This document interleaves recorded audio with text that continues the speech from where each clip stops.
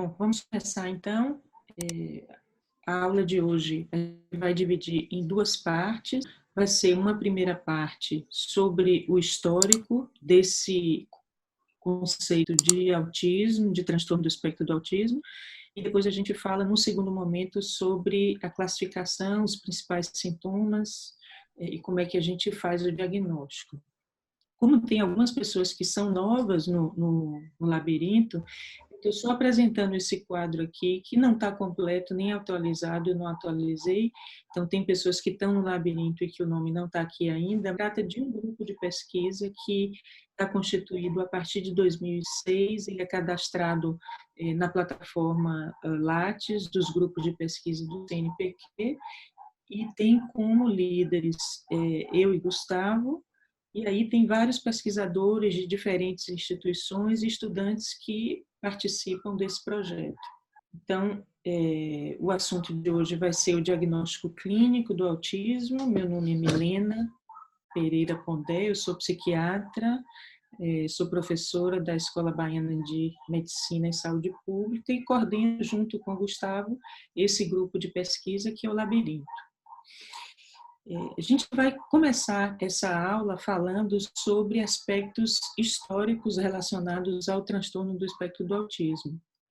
Então, existem 4 figuras que são muito importantes para a gente pensar a origem disso que a gente chama hoje de espectro do autismo, que é a figura de Theodor Heller, que foi um psicopedagogo austríaco, judeu, a doutora Grunia Sukareva, que foi uma psiquiatra da infância, ucraniana, mas que viveu na Rússia, Leo Kanner, que é um psiquiatra da infância, ucraniano também, mas que viveu nos Estados Unidos. Então, quando ele falou pela primeira vez sobre o autismo, ele já era professor nos Estados Unidos, mas a origem dele, na verdade, é europeia.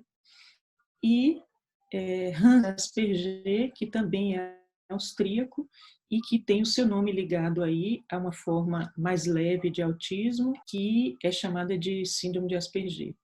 Bom, então, Theodor Heller, ele tem uma história de muito envolvimento com crianças com deficiência, porque o pai dele foi diretor do Instituto dos Cegos, em Viena, e ele convivia, enquanto criança, com essas crianças com deficiência, e ele foi se envolvendo nesse mundo, ele foi se interessando pelas crianças com deficiência, e foi ele que descreveu, em 1908, então, no início do século passado, o que se chamou de demência infantil, que era o que a classificação anterior do DSM-4 chamava de transtorno desintegrativo da infância. Então, ele descreveu crianças que, em torno de até uns 3 anos de idade, tinham um desenvolvimento normal, um desenvolvimento típico, e entre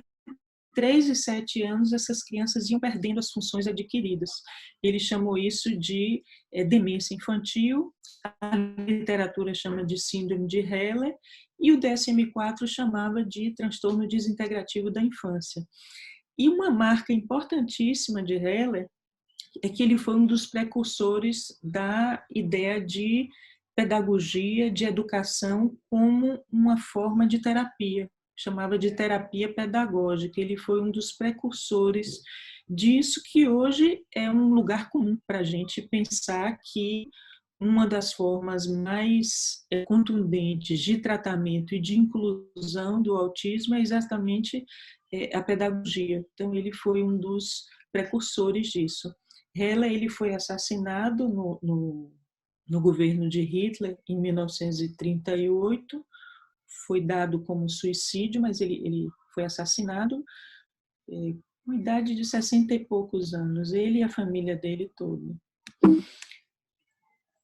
A outra pessoa importante em relação a essa noção que a gente tem hoje de autismo é a doutora Sukareva, que é uma médica psiquiatra que cuidava da infância e que descreve em 1925 um transtorno que ela chama de psicopatia esquizoide, que é muito parecido com o que a gente conhece hoje como transtorno do espectro do autismo. Grunia Sukareva, ela é uma desconhecida da história do autismo para a gente. Ela foi recentemente, muito recentemente, traduzida para o inglês, e aí a gente tem acesso. Hoje, se vocês buscarem no Google, por exemplo, vocês encontram, se não me engano, 2 teses especificamente sobre ela, e tem a tradução, tem a descrição disso que ela chamava de psicopatia esquizoide, que é muito parecido, então, com o transtorno do espectro do autismo. Ela escreveu em russo, então é uma literatura que pouco chegava para a gente, que está chegando agora. Ela também, como Heller, defendia a escola para crianças doentes como forma de socialização. Foi uma pessoa que defendeu enormemente o direito das crianças. Tem o nome dela na faculdade de psiquiatria lá na Rússia atualmente, tem o nome numa clínica de psicose infantil, então é uma pessoa muito conhecida na Rússia, mas para a gente o conhecimento é mais recente. E, finalmente, Leo Kanner, que é a figura histórica que tradicionalmente nós escutamos muito falar como a pessoa que primeiro descreveu o autismo. E, de fato, foi a pessoa que primeiro descreveu com esse nome, de autismo infantil. Ele fez, em 1943, a descrição de 11 casos de crianças que, desde a tenra infância, eram distanciadas do mundo e deu o nome de autismo, se prevalecendo do termo autismo que Bloiler tinha usado como um sintoma da esquizofrenia. Então, autismo era um dos 4 A's da esquizofrenia, descrito por Bloiler, e esse autismo significava justamente um retraimento em relação ao mundo, e aí Kanner toma emprestado esse termo autismo e descreve essas crianças, e é um termo que a gente usa até os dias de hoje.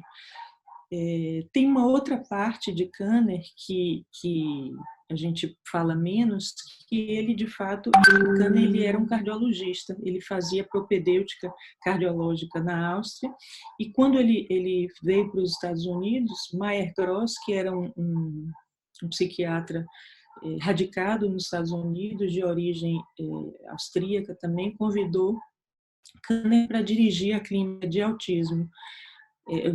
Dirigia a clínica de psiquiatria da infância, mas ele não cuidava de criança, ele não tinha formação em criança. Então, ele foi um autodidata, de fato, ele começou a trabalhar com crianças, ele próprio estudando, ele não tinha uma formação prévia, e a gente vai ver adiante que ele foi a primeira pessoa que publicou no mundo um livro de psiquiatria da infância.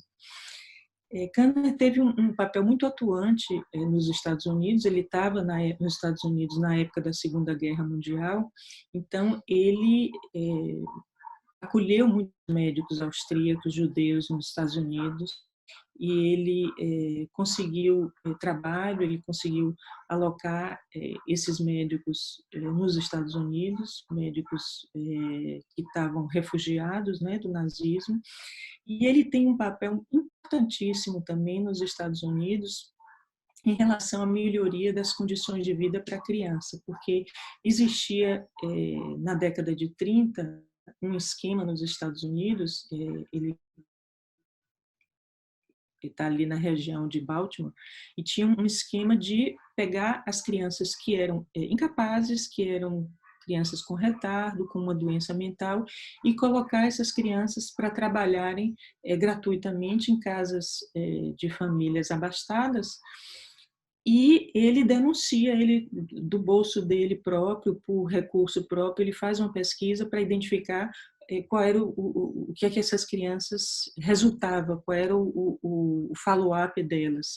E aí ele descobre que essas crianças não eram acolhidas coisas nenhuma, que muitas morriam, estavam nas ruas, envolvidas com droga, com crime, com prostituição.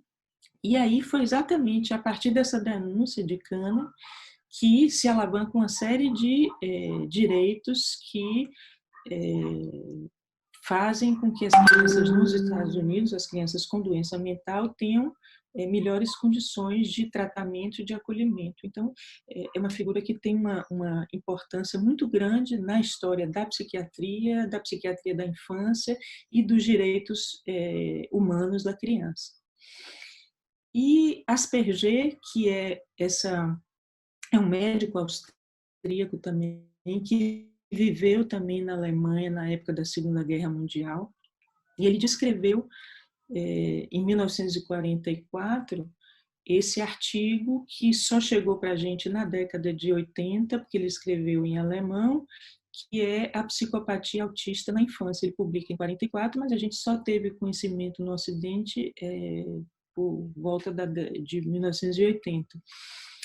E ele descreve casos parecidos com o que Kanner descreveu, só que de crianças que tinham uma inteligência preservada, uma inteligência normal.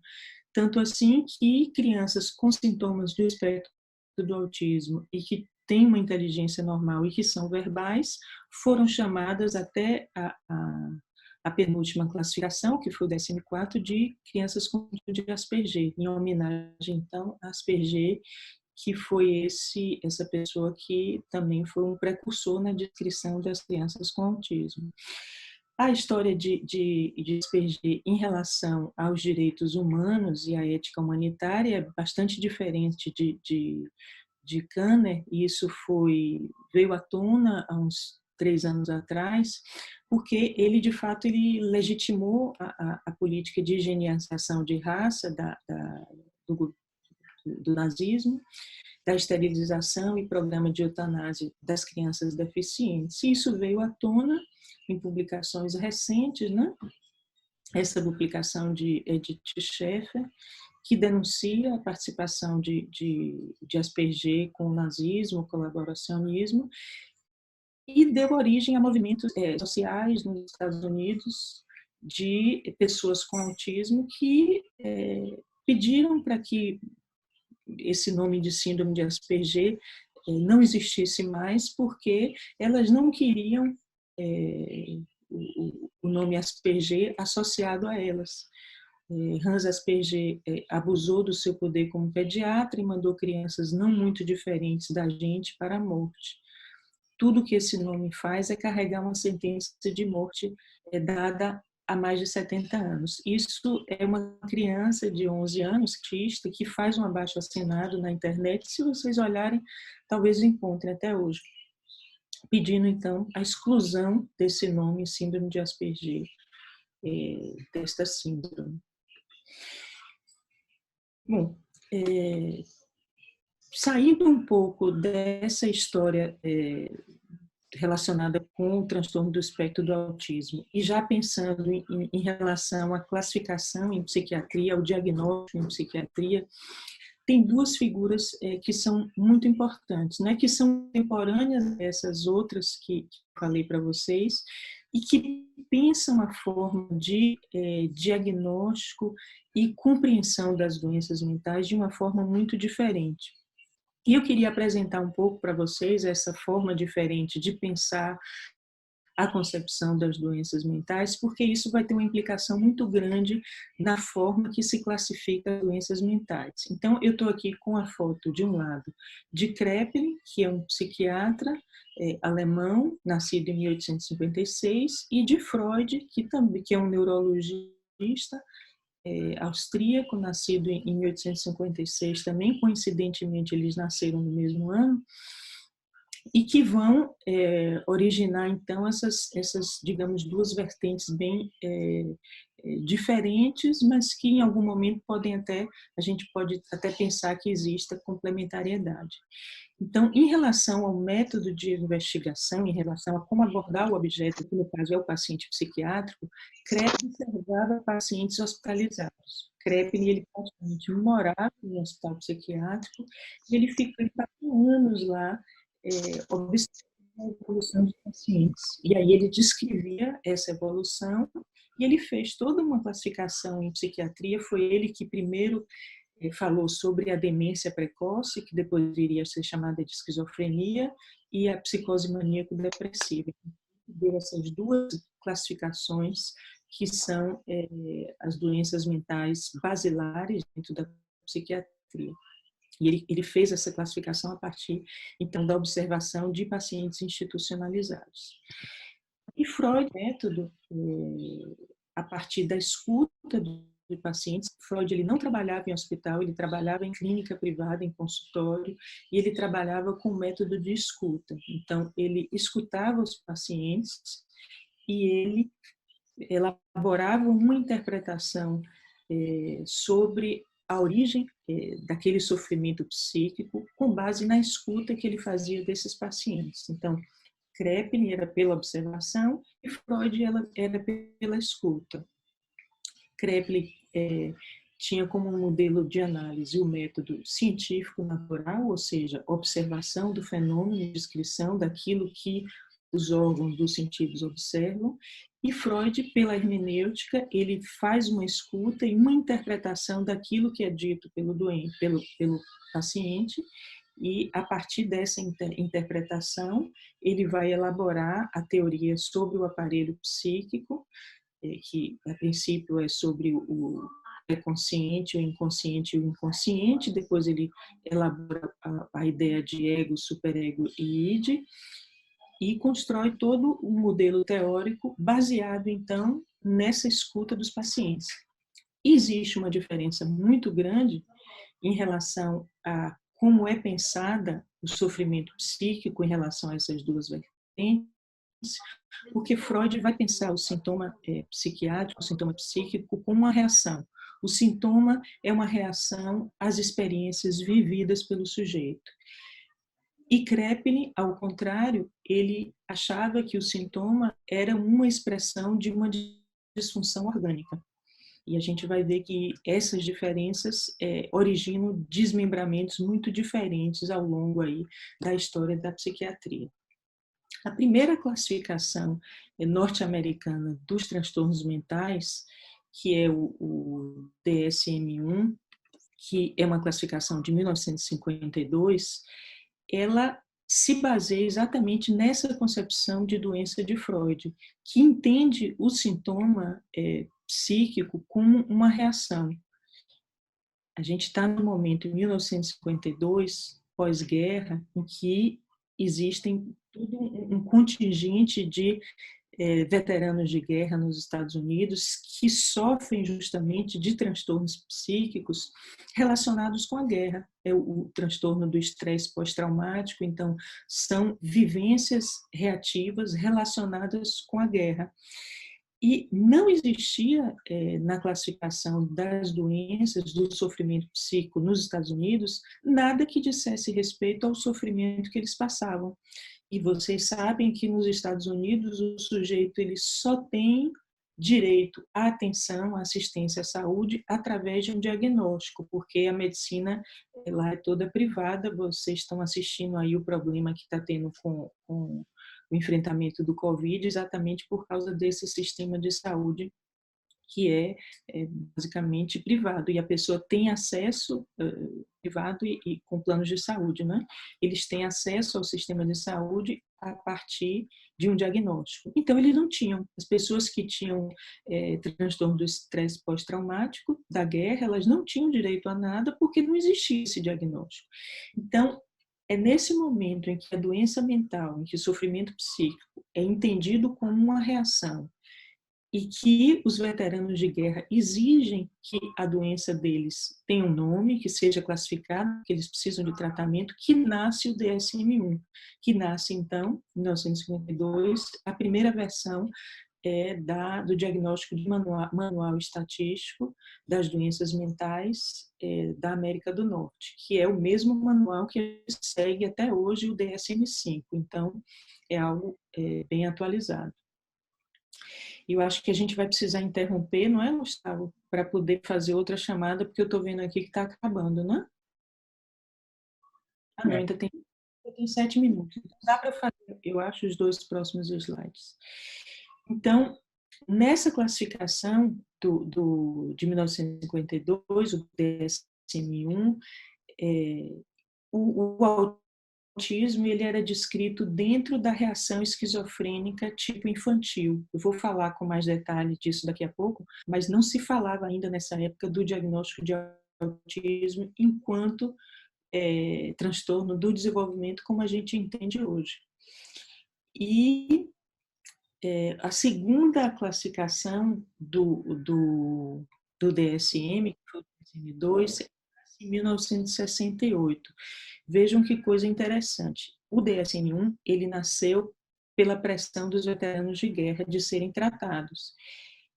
E em 1968 acontece uma coisa interessantíssima também que muda os rumos da classificação, que é a invasão do Congresso da Associação Psiquiátrica Americana pelo movimento gay nos Estados Unidos. Eles invadem essa associação e dizem o seguinte: olha, nós não aceitamos que vocês continuem a tratar a homossexualidade como doença. A homossexualidade não é doença, é uma condição, e a gente só vai abrir aqui, o congresso de vocês só vai ser reaberto depois que vocês retirarem, e foi retirado. Então, é por isso, por um movimento social, e não por nenhuma definição profissional, nem de psicólogo, nem de psiquiatra, que hoje não se fala em cura gay. É por causa desse movimento social que foi feito nos Estados Unidos e desembocou por essa exigência lá no Congresso de Psiquiatria.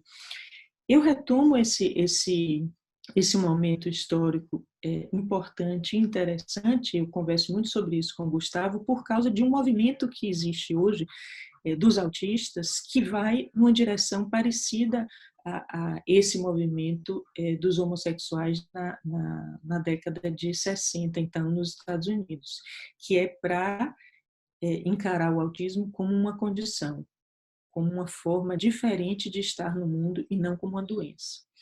Mas a gente não vai falar sobre isso, eu só estou fazendo esse link para vocês porque os movimentos sociais eles têm uma importância muito grande na classificação em psiquiatria.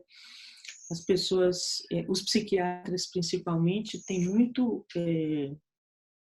um desejo de aproximar a psiquiatria com as doenças infecciosas, com o câncer, e de querer que a psiquiatria seja algo mais biológico, mas a psiquiatria não pode, de forma nenhuma, jamais poderá se apartar da definição cultural e social de doença. Então, trago para vocês esses exemplos porque é uma discussão muito atual.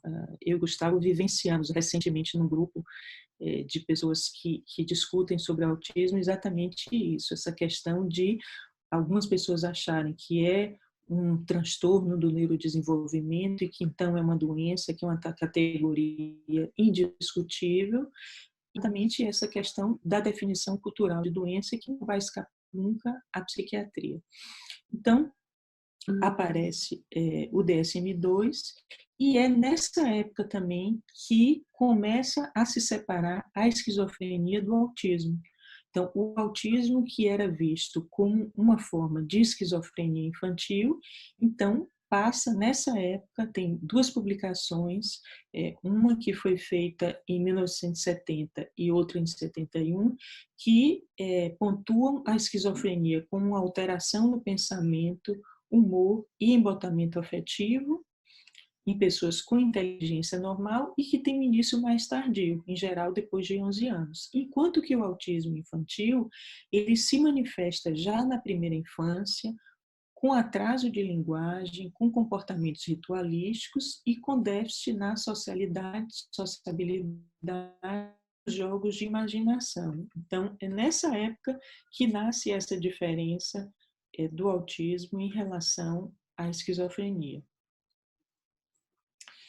E depois, então, só retomando aqui, no DSM-1, o autismo estava dentro da reação esquizofrênica tipo infantil. No DSM-2, ele ainda aparece com um tipo de esquizofrenia infantil, mas é nesse momento do DSM-2 que começa a ter essa discussão, e no DSM-3 o autismo já aparece como uma categoria separada.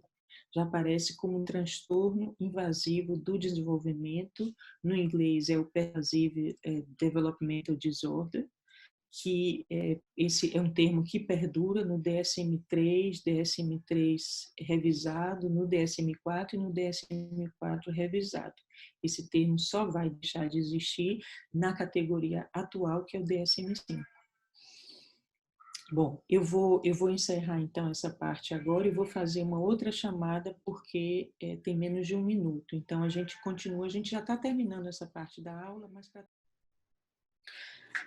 Bom, então, dando continuidade a essa parte da aula, eu estava dizendo a vocês que o DSM-3, então, que foi publicado pela primeira vez em 1980, que é a terceira edição, então, da classificação norte-americana das doenças mentais, é pela primeira vez que aparece o termo transtorno invasivo do desenvolvimento, e aí o autismo infantil aparece como um tipo de transtorno invasivo do desenvolvimento.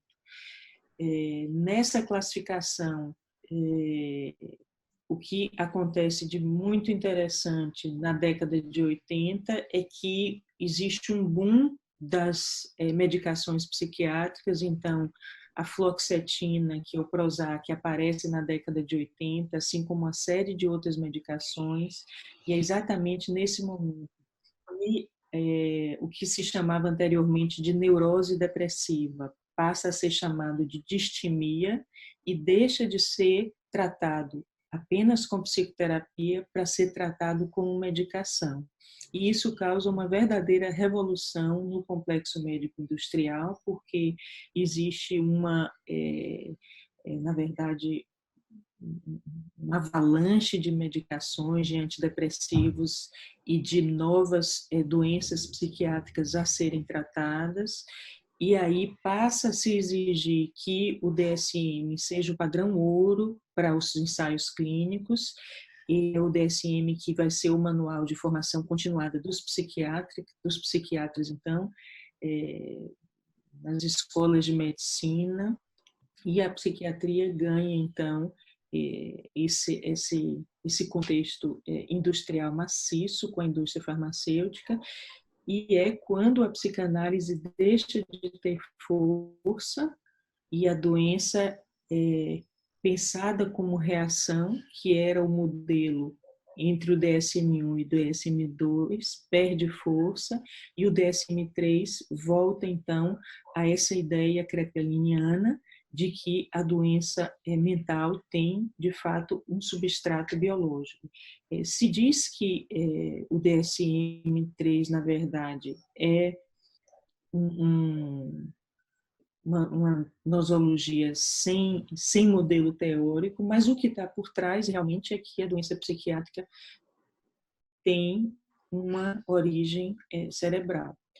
Isso é muito interessante na história da psiquiatria, porque o que propulsiona muito essa compreensão é o transtorno do pânico, que é uma doença que aparece no pós-guerra também, e que se descobre que os antidepressivos tratam o transtorno do pânico. Isso a gente está aí na década de 70, 80, quando a imipramina surgiu, e aí Donald Klein começou a ministrar imipramina para esses veteranos de guerra que tinham essas crises de pânico, que ninguém sabia o que era exatamente, e aí, de repente, eles melhoram da crise de pânico com o tratamento médico. E isso é que vai criar uma onda de crença que a doença mental ela tem um substrato biológico. Ora, se eu tenho uma doença que seria uma reação psíquica e que melhora com medicação, então não é uma reação psíquica, então existe um substrato biológico. E isso realmente cria essa compreensão que acompanha a psiquiatria até os dias de hoje, de que a doença mental, então, seria principalmente uma doença caracterizada por alteração biológica e, portanto, a ser tratada com medicação. Aí, depois do DSM, em 1980, do DSM-3, vem o DSM-3R, que é uma revisão que tem poucas mudanças, tem uma maior quantidade de transtornos classificados. Depois veio o DSM-4 em 1994, que também, em relação à maioria das doenças e o próprio transtorno invasivo do desenvolvimento, onde se classifica o autismo, tem pouca mudança, assim como o DSM-4/3R. Vai haver uma mudança mais substancial para a gente no DSM-5, quando essa categoria transtorno invasivo do desenvolvimento, que contempla autismo, síndrome de Asperger, transtorno invasivo do desenvolvimento não especificado, síndrome de Rett, quando tudo isso se transforma em uma epígrafe única, que é o transtorno do espectro do autismo. Então, o que os estudos de genética informavam é que, na verdade, existia pessoa da mesma família de Asperger com autismo. Existe uma outra forma que busca testes biológicos como marcadores para a doença mental, para que a fenomenologia e a psicopatologia deixe de ser critério absoluto para a classificação em psiquiatria. Então, a ideia é criar uma classificação baseada na fisiopatologia. Então, alguns estudos vêm sendo feitos nesse sentido. Essa proposta é o RDoC, que é o Research Diagnostic Criteria, que vem sendo já vítima de uma série de críticas e de precauções. Então, mas o RDoC está aí buscando essa medicina de precisão, essa psiquiatria de precisão. Que a ideia final do RDoC é buscar intervenções individualizadas a partir de uma matriz de informação biológica para cada indivíduo. Essa é a ideia.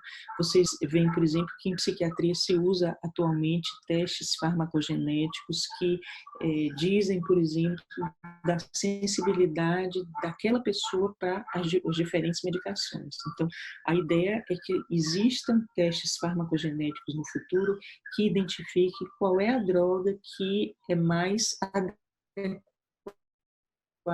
para tratar aquela depressão, aquele transtorno bipolar, aquela pessoa com... Então, a ideia é uma medicina de precisão. Não existe essa medicina de precisão, tomara que algum dia a gente chegue a ela, e alguns centros científicos estão trabalhando para isso. Existem problemas, como eu já disse para vocês, existem críticas ao RDoC, principalmente porque exclui a subjetividade, e a psiquiatria não pode excluir a subjetividade. O sofrimento humano é algo que é enunciado pela palavra que passa pela cultura e pelo subjetivo, então é impossível excluir a subjetividade. Mas a ideia do RDoC é que se exclua o máximo possível. Não contempla também exposição ambiental e não contempla a evolução da psicopatologia ao longo da vida. Essas são as principais críticas aí ao RDoC, que é um sistema de classificação que vale a pena vocês conhecerem e se aprofundarem. Bom, eu vou encerrar agora essa parte da apresentação e vou fechar aqui a apresentação, interromper o compartilhamento, para que a gente entre agora na parte de discussão. E aí, depois que a gente terminar a parte de discussão, a gente faz um intervalinho e aí a gente volta. Então, o autismo, em qualquer classificação que seja, ele é caracterizado por uma tríade de sintomas, que se distribui entre uma interação social difícil, um déficit na interação social, um déficit na comunicação social, que a gente está aí chamando de um problema com a linguagem, mas é, na verdade, com a comunicação em geral, e uma questão com relação aos interesses, um núcleo de interesses restrito e, muitas vezes, redundando num comportamento que é muito repetitivo. Quem primeiro falou do autismo, retomando aqui a perspectiva histórica, foi Leo Kanner, que escreveu o seu primeiro manual de psiquiatria infantil, que é o primeiro manual de psiquiatria do qual se tem notícia, em 1935, que foi publicado simultaneamente para 3 países da língua inglesa, os Estados Unidos, onde foi produzido, a Inglaterra e o Canadá. Então, o autismo, nesse primeiro momento de classificação de Kanner, ele fazia parte da esquizofrenia, né, da forma de esquizofrenia.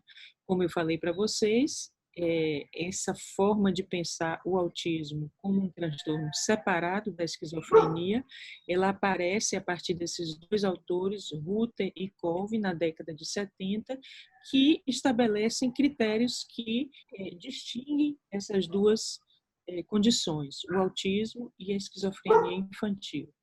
Então, vamos pensar agora em quais são as alterações relacionadas com a interação social que caracterizam isso que a gente chama hoje de transtorno do espectro do autismo. Então, algo que é muito precoce é a dificuldade em relação ao contato com os olhos. Isso aparece em todos os marcadores precoces de autismo, essa dificuldade de contato ocular, que parece que está relacionada com uma sensação desagradável que é eliciada no momento desse contato mais direto no lobo occipital. Então, são pessoas que evitam o contato por causa dessa sensação desagradável orgânica que seria eliciada. São crianças que têm pouco interesse na voz humana, desde pequenininho, quando os pais chamam no berço, a criança não é tomada, ela não se volta, não fica atenta para a voz humana, não se antecipa quando é carregada, então a criança, quando a gente vai pegar, ela bota o bracinho, a gente viu agora há pouco o filho de Camila, ela foi pegar e ele já botou o bracinho assim, então a criança já no berço, ela tem essa antecipação quando é carregada, o que pode não aparecer na criança com autismo.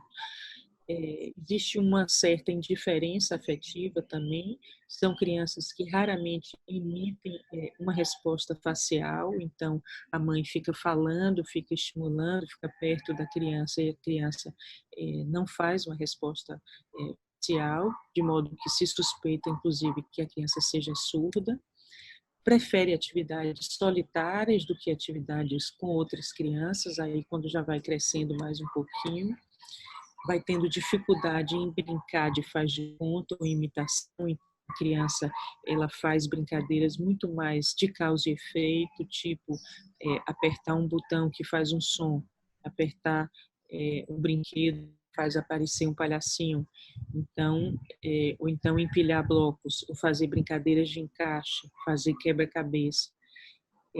Essas crianças têm mais facilidade nisso do que fazer brincadeiras simbólicas, construir fazendinhas, brincar de boneca, de cozinhar, de fazer imitação de adulto. A criança ela não sorri para a mãe, não sorri como forma de aproximação e também não responde ao sorriso como estímulo. Não segue os pais pela casa, a criança pequenininha, quando começa a andar, ela vai saindo atrás dos pais, isso pode não acontecer na criança com autismo. Não demonstra ansiedade de separação, então, quando os pais saem, a criança fica indiferente, tanto assim que tem crianças autistas que se perdem por conta disso, elas saem na praia andando sozinhas ou no shopping, porque não tem ansiedade de se separar dos pais.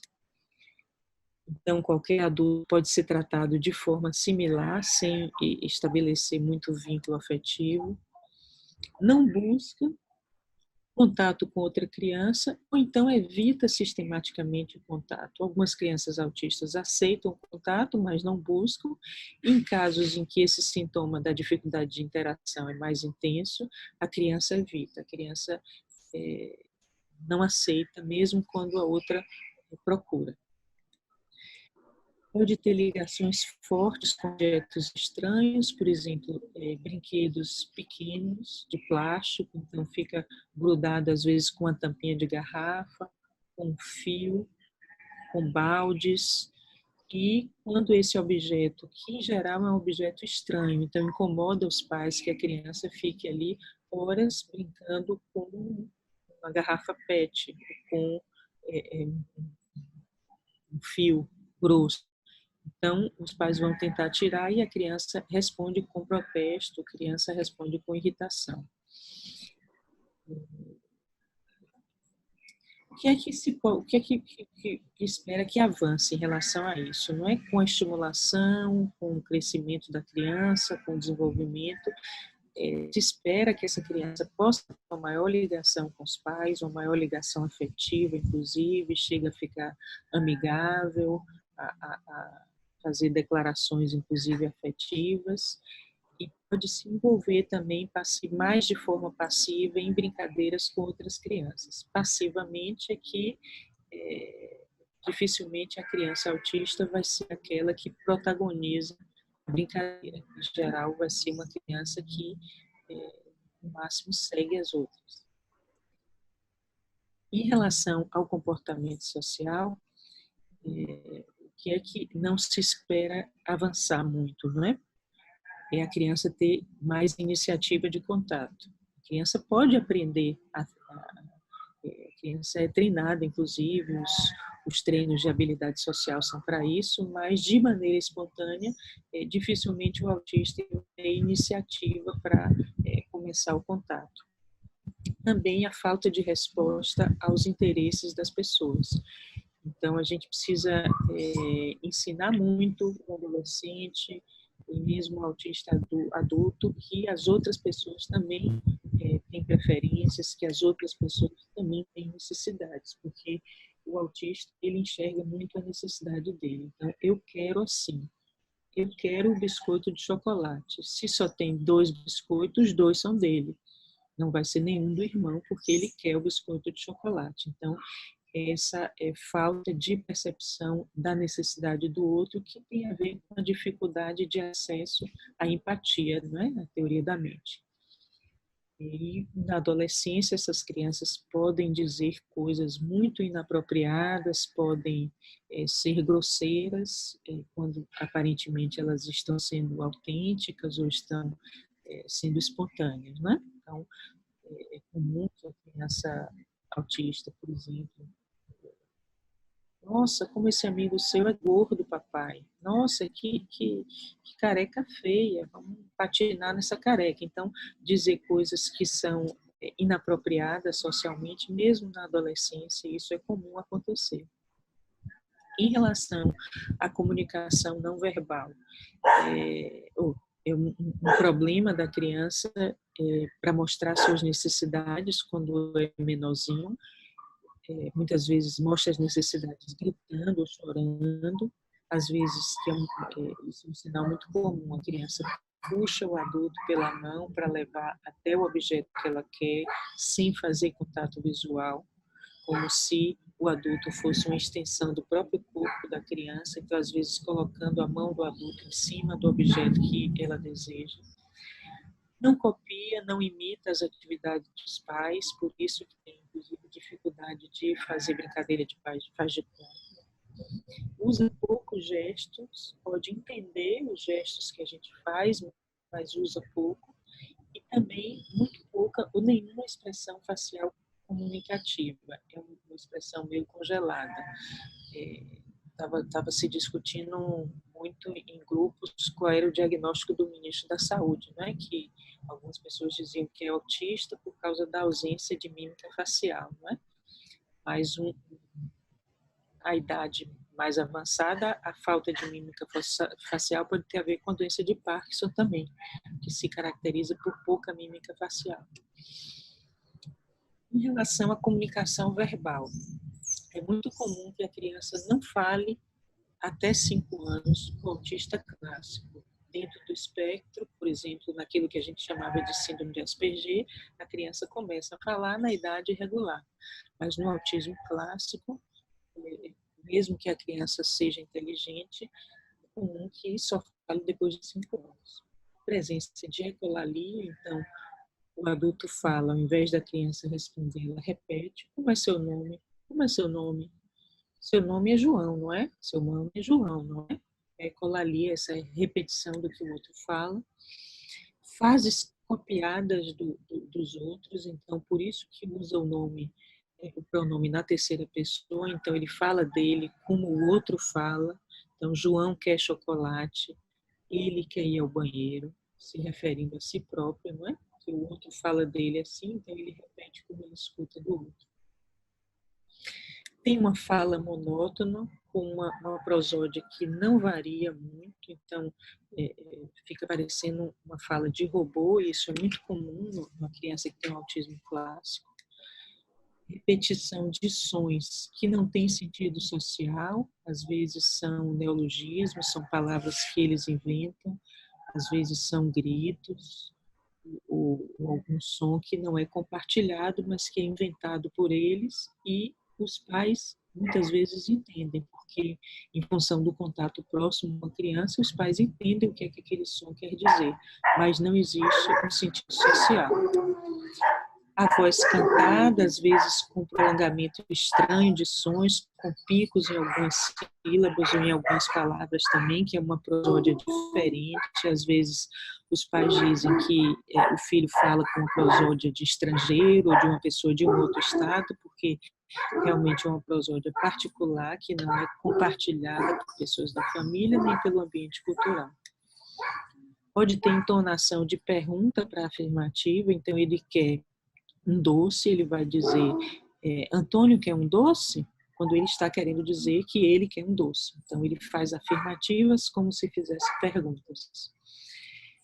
Pode fazer uso idiosincrático de palavras ou frases, por exemplo, vinhetas que ele escuta, propaganda, em abertura de jornal, em abertura de novela, e aí de repente ele lança aquela vinheta numa situação que não tem nada a ver.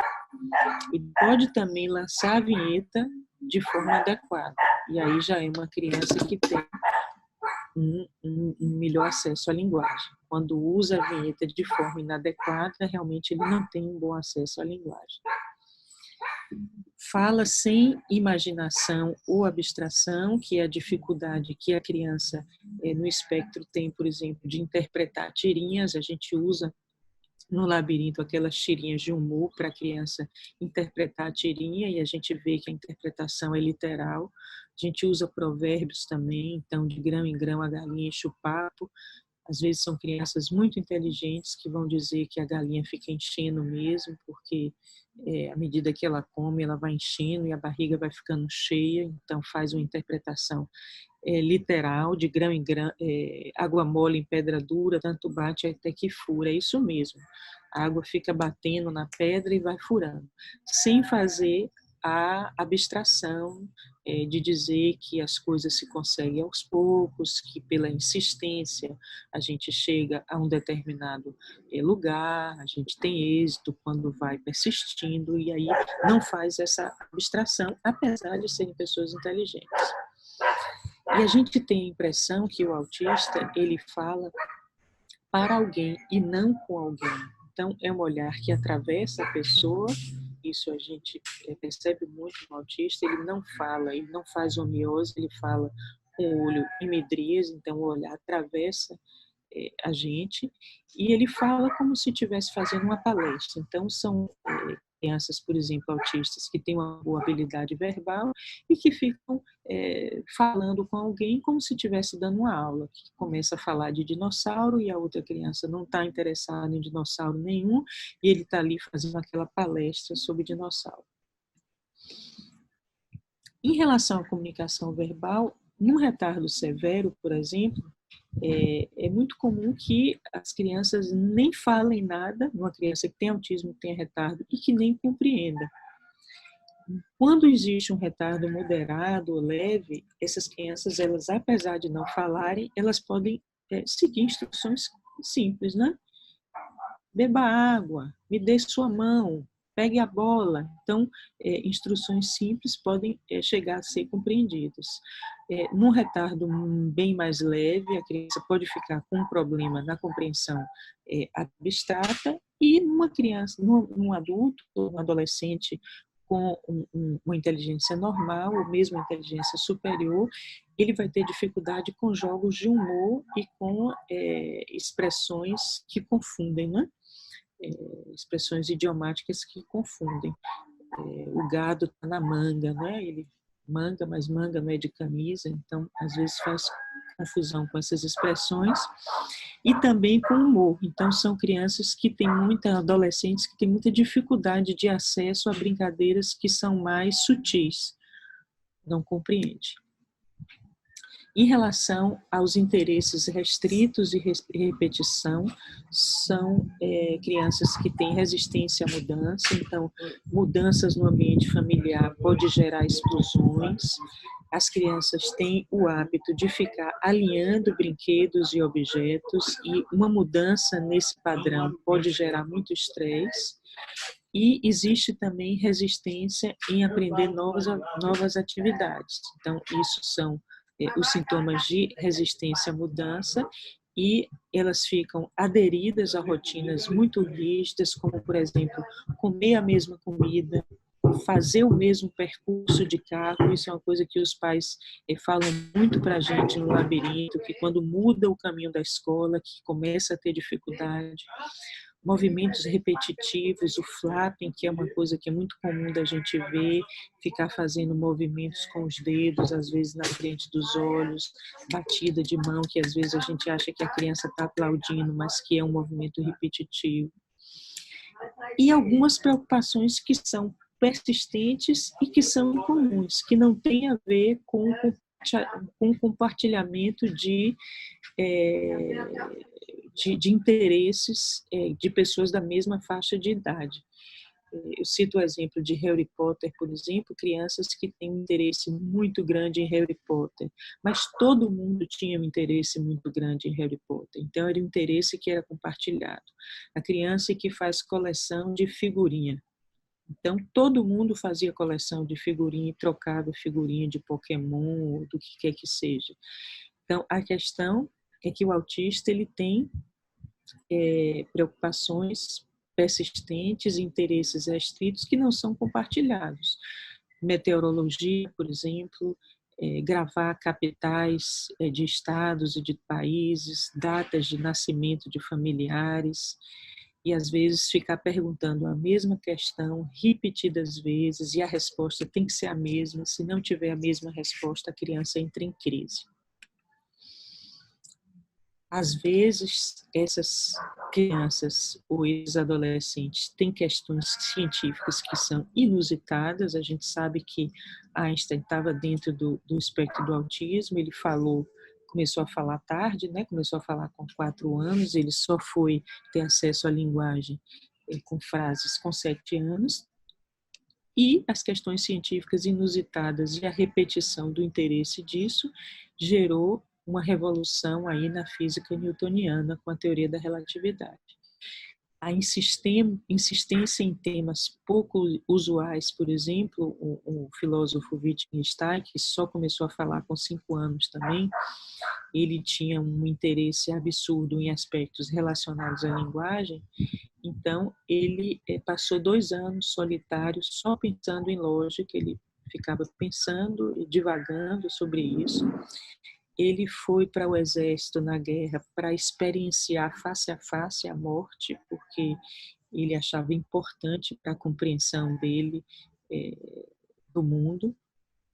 E ele interessante que ele foi professor, Wittgenstein, e ele dizia que era importante para ele ser professor, porque professor fazia com que ele pensasse em voz alta. Ele não estava nem aí para o que os alunos estavam escutando, ele não estava nem aí para se fazer compreendido, ele estava preocupado em fazer com que o pensamento dele avançasse a partir dessa possibilidade dele pensar em voz alta, que era o que a profissão de professor permitia a ele.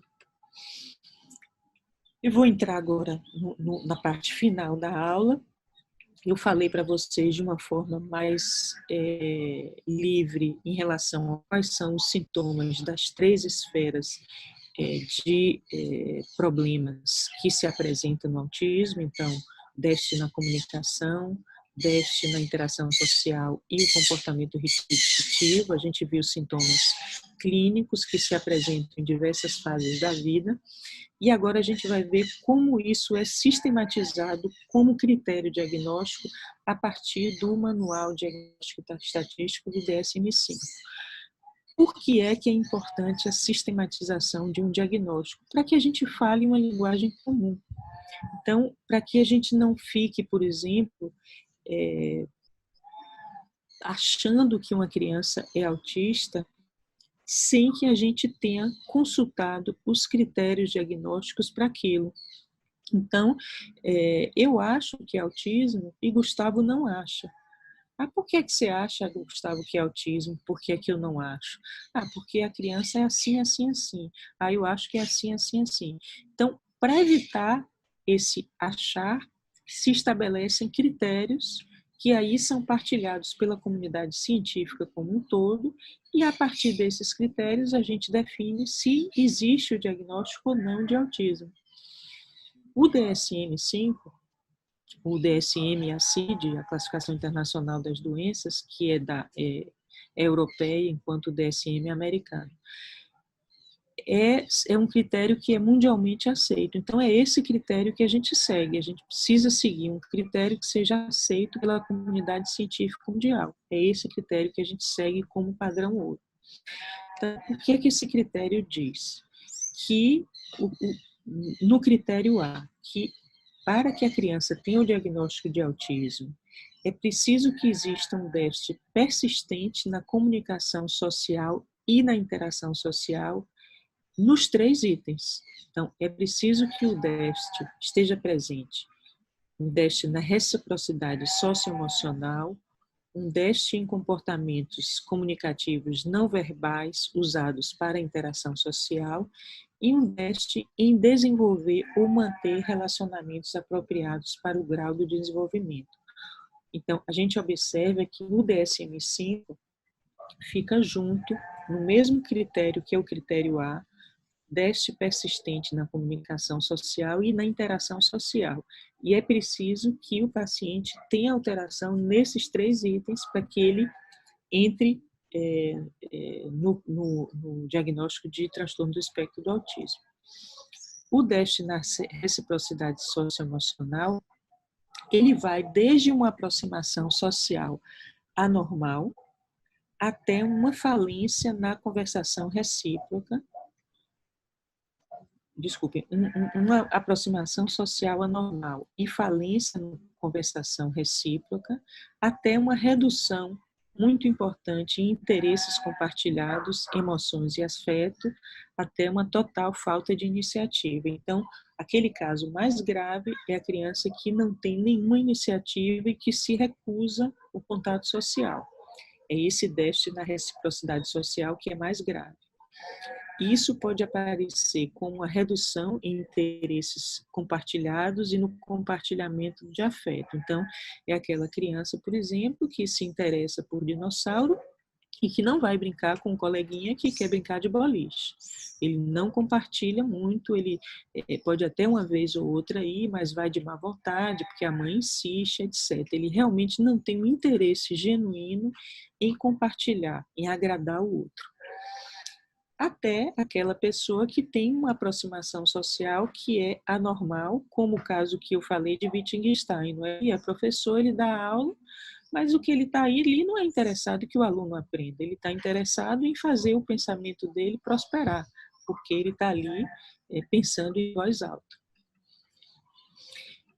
O segundo item do critério A, que é o déficit em comportamentos comunicativos não verbais, que são usados para a interação social. Então, vai desde uma integração pobre entre a comunicação verbal e não verbal, que é aquela criança, por exemplo, que fala, mas não olha para a gente, que está falando com a gente, mas não está olhando, que não faz o olhar conjugado, por exemplo, que aponta o objeto que está lá, mas não faz a triangulação do olhar. Vai de anormalidades no contato visual e linguagem corporal, ou defeito na compreensão e uso de comportamentos não verbais. Então, a criança que não consegue, ou mesmo o adulto que não consegue se comunicar por gestos, a gente usa muito gesto, por exemplo, às vezes para auxiliar a comunicação, não é? Gestos, quando a gente vai dizer que uma coisa é grande ou pequena, ou quando a gente vai dizer que está com dor, às vezes a gente faz uma mímica facial diferenciada, que o autista não usa esse recurso de comportamento não verbal para auxiliar a comunicação. Às vezes ele fala que é mesmo um tanto congelado. O terceiro item, que é um déficit em desenvolver ou manter relacionamentos apropriados para o grau de desenvolvimento, para além dos cuidadores. Tanto assim que quando a gente avalia uma criança no labirinto, às vezes a gente vê que os pais conseguem uma interação muito melhor do que a gente. Às vezes os pais narram, mas eu consigo fazer isso com ele. Consegue com a pessoa que tem mais vínculo, mas não consegue fazer com uma pessoa que é estranha, ou com os professores, ou com os coleguinhas na escola. Então, vai desde uma dificuldade em ajustar o comportamento para a criança se adaptar aos diferentes contextos sociais.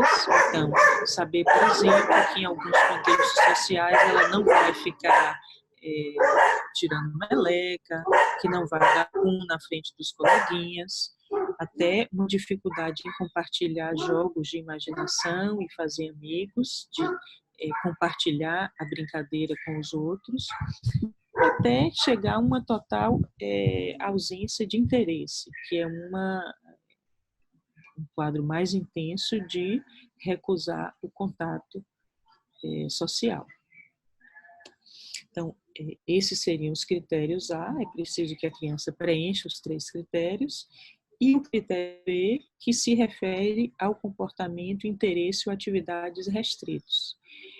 Então, é preciso também que a criança preencha pelo menos 2 desses sintomas relacionados com o critério B, que seria fala repetitiva ou estereotipada, adesão excessiva a rotinas e interesses fixos. Então, em relação ao primeiro, que é fala repetitiva ou estereotipada, são aquelas alterações, por exemplo, na prosódia que eu falei para vocês, quando a criança tem uma fala monótona, tem uma fala mecânica, apresenta ecolalia, ou então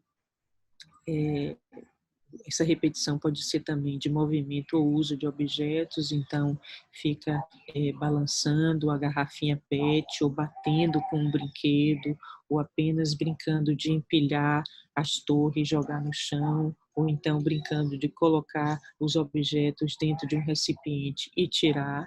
Então, são movimentos e uso de objeto que é repetitivo, o uso também de frases idiosincráticas, que eu falei, por exemplo, de usar vinhetas que ouviu em alguma propaganda num contexto que não tem nada a ver.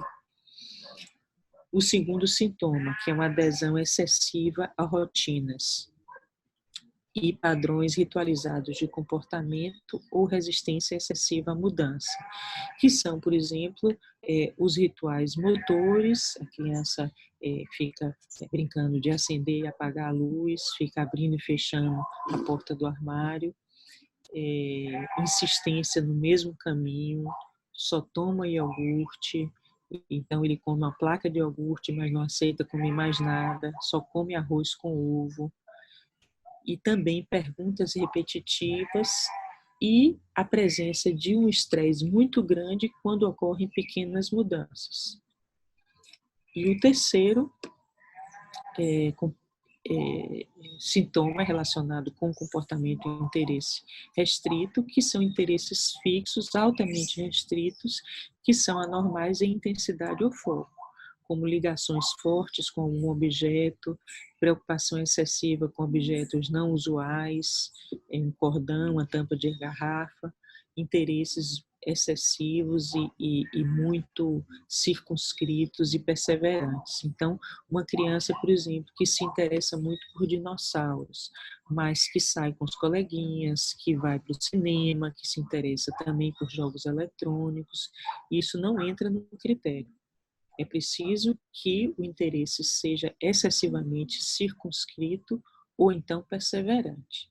Ela fica ali naquele interesse a maior parte do tempo.